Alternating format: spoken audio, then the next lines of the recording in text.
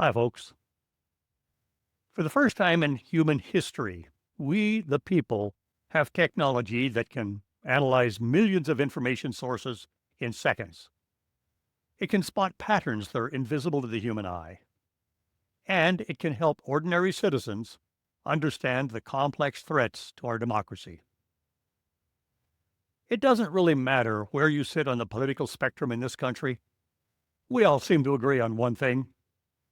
Our democratic form of government is under attack, obviously from the other side. In the next few minutes, I'll show you how regular Americans can use these modern marvels to protect what matters most about our country to both sides. Now, I'm not a politician or a tech billionaire. I'm just another concerned citizen enjoying my morning coffee and trying not to choke on it while watching the news.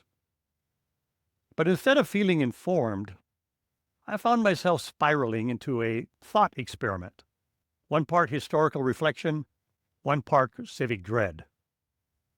What would it actually take to build a government that can't be hijacked by charismatic demagogues or ideological bulldozers, again, from either side? The kind of government that actually protects everyone, not just the ones currently in charge and their enablers. The one that actually does what representative governments are supposed to do for their citizenry. Now, given my fascination with generative AI and its awesome potential, I crafted a prompt that you're about to see. And I tossed it over to my currently favorite AI friend, Claude 3.7, to see what kind of wisdom or warning signs it might kick back. I was interested in what a politically independent generative AI system might suggest.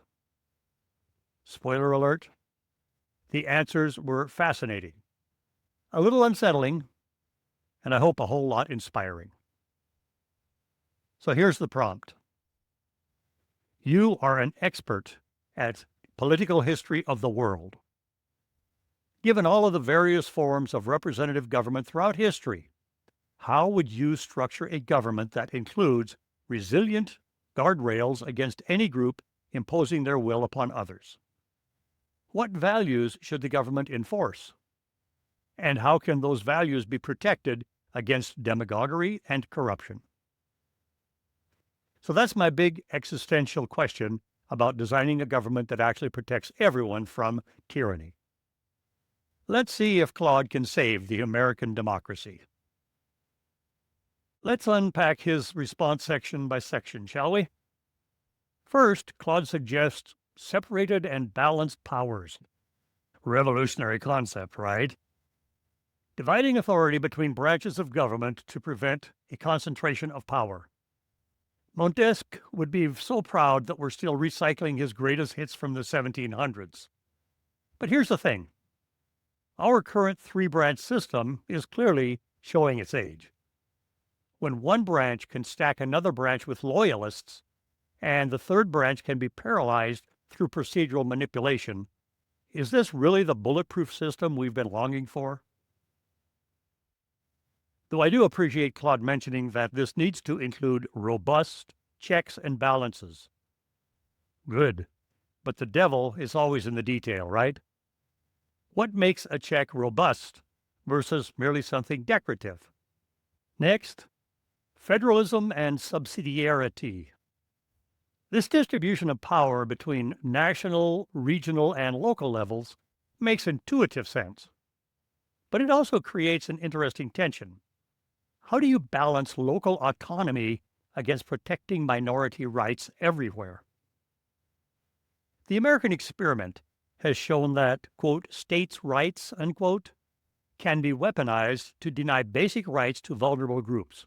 So, while I like the principle, I'm not seeing the protection mechanisms that would prevent this from becoming just another tool for local majorities to oppress local minorities. Constitutional supremacy. A written constitution with entrenched fundamental rights that can't be easily amended. I thought we were one of the world's best at that one.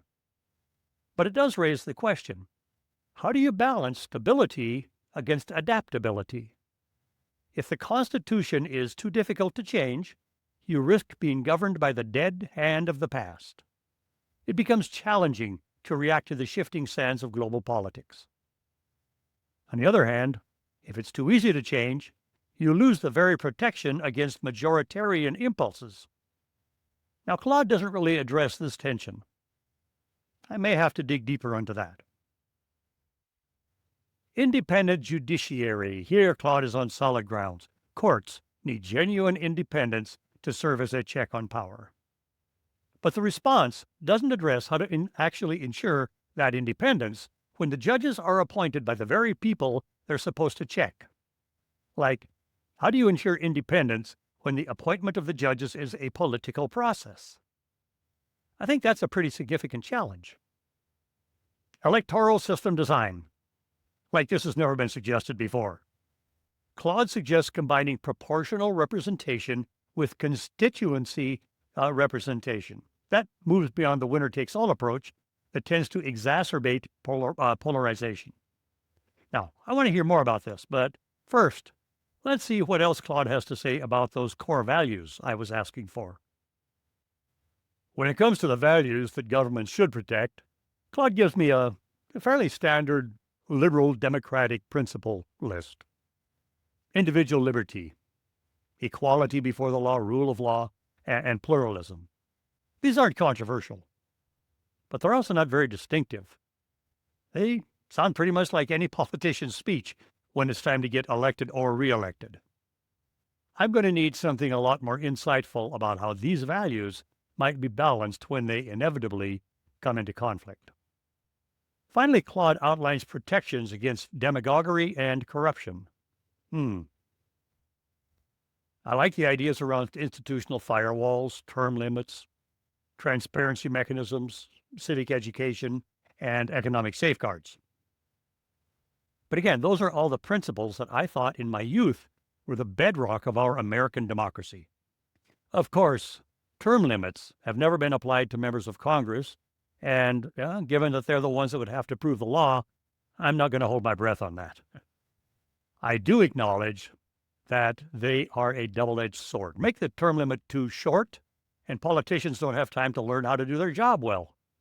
Make it too long, and you risk concentration of power in too few hands.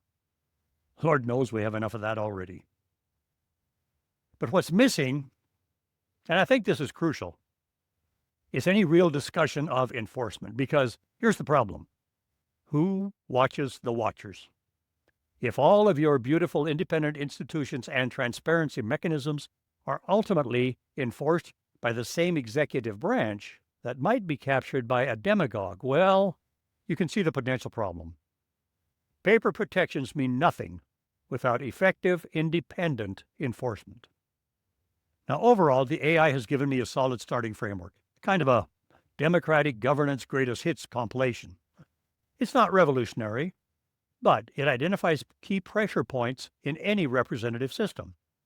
What I'm more interested in digging into is the practical mechanisms that would give these principles teeth when they are inevitably tested by people who want to game the system.